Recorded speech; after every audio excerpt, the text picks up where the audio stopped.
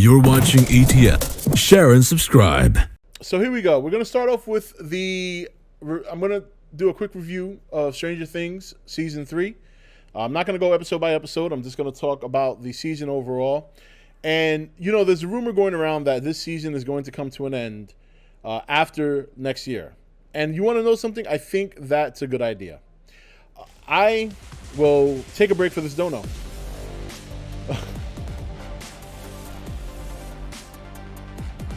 Ivan Ringel super chatted $4.99. Can't stay tonight, but I will drop one question. Who would fit better as a major villain in finale of a Godzilla series, Destroyer or Space Godzilla? I think Destroyer. Yeah, Space Godzilla I think is a little bit too much to ask for to try and drop him into the universe at this point. Like, even though they've tilted into more unrealistic, less grounded approach like Gareth took with the groundedness, I still think there's still a level of ground there, and you want to keep that. Space Godzilla would pretty much launch you into the stratosphere of going complete cheese. I think you stick with Destroyer. He's a crustacean. Crustaceans live on this planet. You can easily adapt that story. It's a very easily to adapt. So,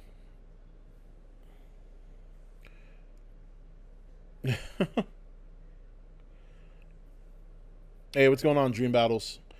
All right, so here's the thing with Stranger. First of all, I did love the season. Nevertheless, it was very good, but it's getting to the point now that you're starting to see that there's a pattern. You know what I mean?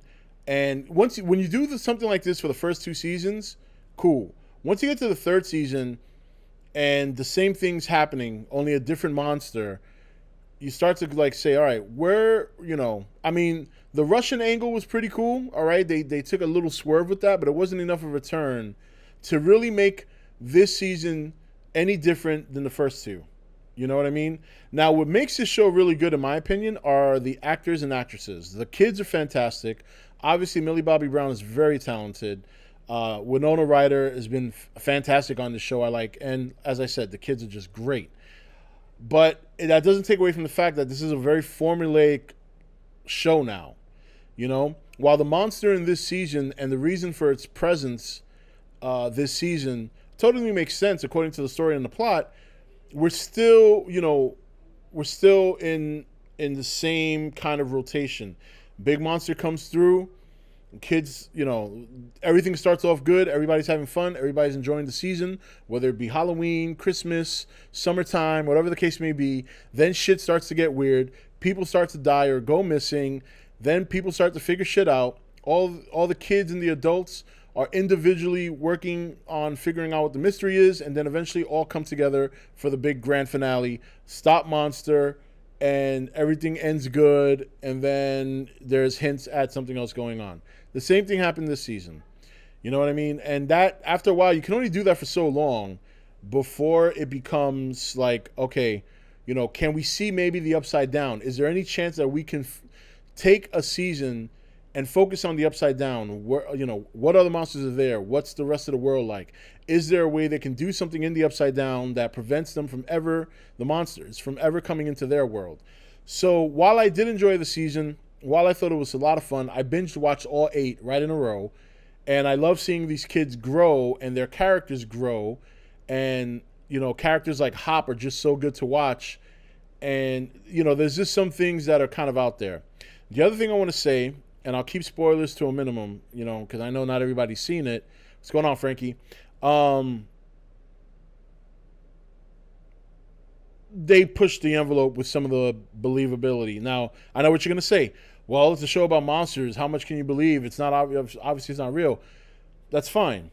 There's certain elements outside of the parts involving the monsters and all that you still have to sell me to find it believable.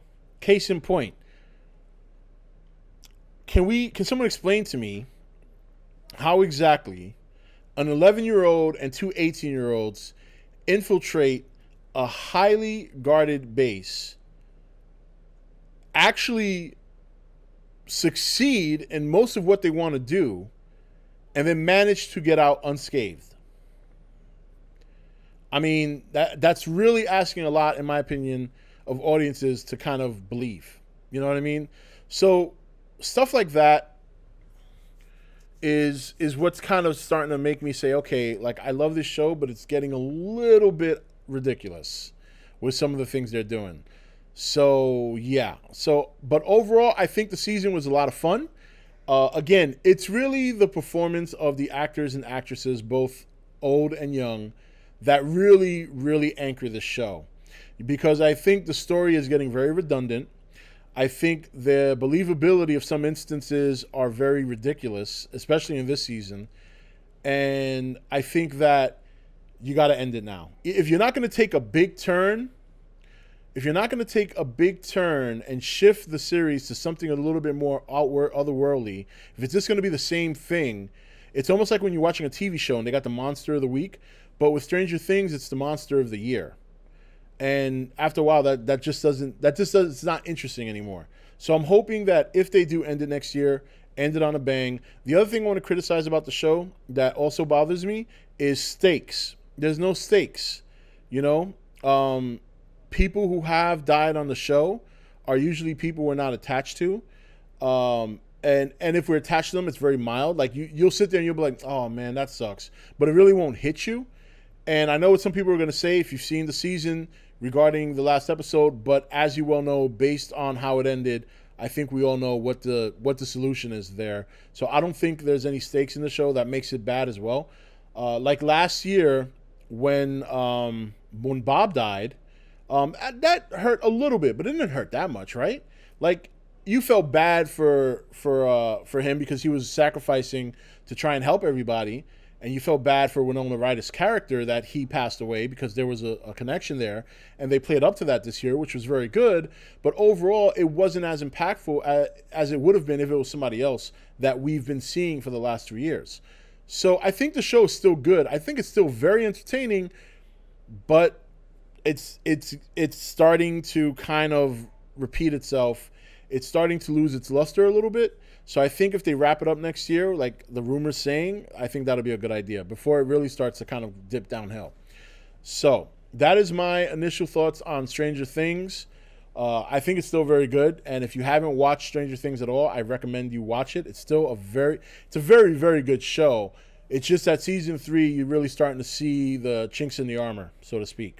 Thank you for watching E.T.N. Click here to watch more content. Don't forget to leave a comment. Also, make sure you like and share this video. If you want to know when the next video is up, click the notification bell next to the subscribe button. And most of all, make sure to click that subscribe button for regular content.